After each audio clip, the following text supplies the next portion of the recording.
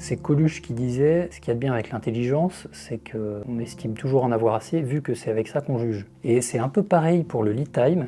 Il y a une idée reçue qui est qu'il faut d'abord trouver des leviers organisationnels ou techniques pour réduire le lead time, puis, une fois qu'ils sont en place et qu'on en a mesuré l'effet, adapter notre système de planification et de pilotage des flux à cette réduction de lead time. L'idée est vraie.